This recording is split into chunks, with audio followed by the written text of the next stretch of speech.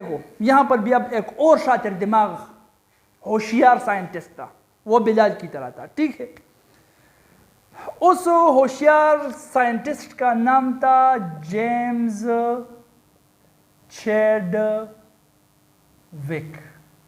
अब इस James Chadwick ने देखा कि एटम के अंदर, ये तो हमने डिस्कवर किया कि इसके अंदर इलेक्ट्रॉन है और पॉजिटिवली चार्ज पार्टिकल के एनालिसिस को बाद में इन्होंने प्रोटॉन नाम दे दिया, ठीक है। तो इलेक्ट्रॉन है और प्रोटॉन है। अब ये प्रोटॉन जो है इसका मास जो है 1.67 × 10⁻⁻27 किलोग्राम है, जबकि इसका मास जो है वो है 9.11 × 10⁻31। इसका मास और इसका मास अगर हम कंपेयर करें तो ये वाला तकरीबन 1836 टाइम्स 1836 गुना इलेक्ट्रॉन से ज़्यादा हेवियर है। इलेक्ट्रॉन इसके मध्य मुकाबिल नेग्लिजिबल इसका मास हो जाता है, लेकिन फिर भी अगर हम we take into account the mass of electron, तो अगर हम इलेक्ट्रॉन और प्रोटॉन के मास को मिलाए, चूंकि जेम्स चैडविक जो था उसने देख लिया कि इलेक्ट्रॉन और प्रोटॉन ही है एटम के अंदर, अब तक तो हम यही डिस्कवर करते आ रहे हैं। तो अगर इलेक्ट्रॉन और प्रोटॉन के मास को हम जमा करें तो इससे जो आएगा वो एटम का मास होगा। लेकिन बात हकीकत में बिल्कुल इसके बरअक्स निकली। किस तरह से? वो जब उसने देखा कि हम इलेक्ट्रॉन के मास को और प्रोटॉन के मास को जमा करके जो आंसर हमारे पास आ जाता है, तो हकीकत में एटम का मास उससे 2 गुना ज्यादा होता है। फॉर एग्जाम्पल, मिसाल के तौर पर बता रहा हूं, अगर इलेक्ट्रॉन और प्रोटॉन के मास को हम जमा करें और उसका आंसर 4 आ जाता है फॉर एग्जाम्पल, तो जब हम एटम के मास को देख लेते हैं तो एटम का मास 8 होता है। अब हमने एटम के अंदर यही 2 पार्टिकल्स पा लिए हैं, इलेक्ट्रॉन और प्रोटॉन, उसके मास को मिलाकर कुल आंसर 4 आ जाता है। तो एटम का टोटल मास 8 क्यों हो गया? इसका मतलब इस एटम के अंदर और कोई हैवी पार्टिकल है, ठीक है, जो कि इसके मास को कंट्रीब्यूट कर रहा है और इसके मास को बढ़ा रहा है। इसको फाइंड आउट करने के लिए जेम्स चैडविक ने फिर कुछ एक्सपेरिमेंट्स किए और उसके लिए उसको नोबेल प्राइज भी मिल गया, क्योंकि वो कामयाब हो गया न्यूट्रॉन्स को फाइंड आउट करने में। अब इसने क्या, इसने ले लिया एक पोलोनियम सोर्स जिससे अल्फा रेज निकलते हैं, पोलोनियम, ठीक है, इससे अल्फा रेज निकलते हैं। अब अल्फा रेज क्या है? अल्फा रेज वो रेज है जिस पर डबल पॉजिटिव चार्ज हो, और डबल पॉजिटिव चार्ज हमें पता है कि हीलियम में होता है। तो आप ये कह सकते हो कि हीलियम का न्यूक्लियस जो है, हीलियम का एटॉमिक नंबर 2 है और एटॉमिक मास 4 है, तो इसके अंदर डबल पॉजिटिव चार्ज 2 प्रोटॉन है। तो आप कह सकते हो कि हीलियम के न्यूक्लियस को हम अल्फा रेज कह सकते हैं, double positively charge rays, alpha rays. तो जेम्स चैडविक ने इस अल्फा रेज को लिया और अल्फा रेज को बम्बार्ड किया बेरिलियम के ऊपर, ठीक है। बेरिलियम का एटॉमिक नंबर जो है वो क्या है? वो है 4 और इसका एटॉमिक मास जो है वो है 9। तो बेरिलियम पर इसने अल्फा रेज को बम्बार्ड किया, ठीक है। अब इसने देखा कि जब हम अल्फा रेज को बेरिलियम पर बम्बार्ड करते हैं तो बेरिलियम से एक हाईली पावरफुल पेंट्रेटिंग और रेज निकलते हैं जिसकी पेंट्रेशन पावर बहुत हाई होती है। हाईली पेंट्रेटिंग मतलब जो किसी चीज में घुस सकता हो और उसके आर पार निकल सकता हो। तो जेम्स चैडविक साहिब ने जब अल्फा रेज को बेरिलियम पर दे मारा तो बेरिलियम से कुछ रेज निकल रहे थे जो कि हाईली पेंट्रेटिंग थे, ठीक है।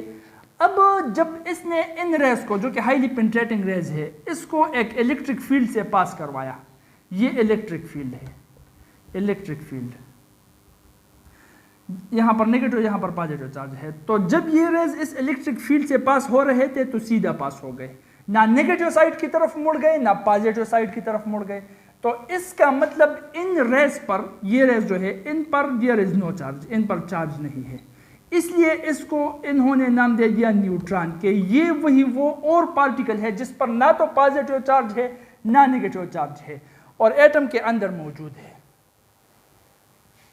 इलेक्ट्रिक फील्ड में सीधा जा घुसते हैं, आर पार निकल लेते हैं, ना पॉजिटिव की तरफ ना नेगेटिव की तरफ मुड़कर देखते हैं, उस पर चार्ज नहीं होता।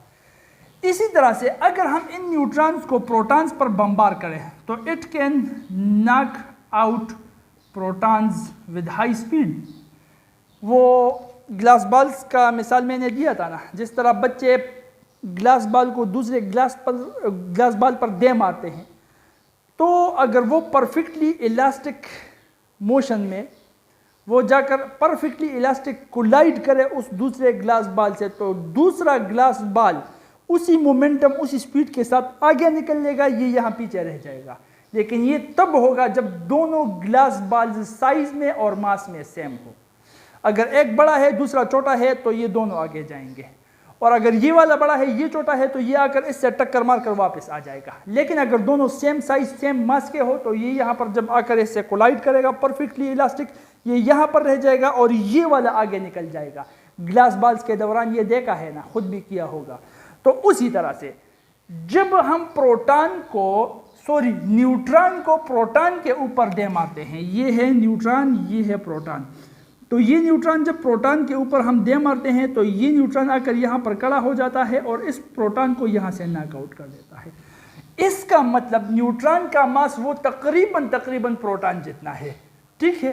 तो इसका मतलब इसका मास भी is like that of proton. Proton का जितना मास है उतना ही मास न्यूट्रॉन का भी है। तो ये प्रॉपर्टीज हमने स्टडी कर लिए इनके, ये आप रिएक्शन से भी देख सकते हो। देखो, अगर हम हीलियम को जिसका एटॉमिक नंबर 2 एटॉमिक मास 4 है, अल्फा रेज है इसके nucleus double positive charge, beryllium पर बम्बार करते हैं, बेरिलियम जिसका एटॉमिक नंबर तो 4 है लेकिन एटॉमिक मास 9 है, तो आगे जाकर जो रिएक्शन हो जाता है उसमें कार्बन बन जाता है। क्या? कार्बन। अब गौर करो, यहाँ पर कार्बन का एटॉमिक नंबर 6 है और एटॉमिक मास 12 है। अब ये है 2 ये है 4, तो 2 और 4 2 जमा 4 इज इक्वल टू 6, तो कार्बन तो बन गया। 4 + 9 इज इक्वल टू 13 आता है, लेकिन यहाँ पर क्या है 12।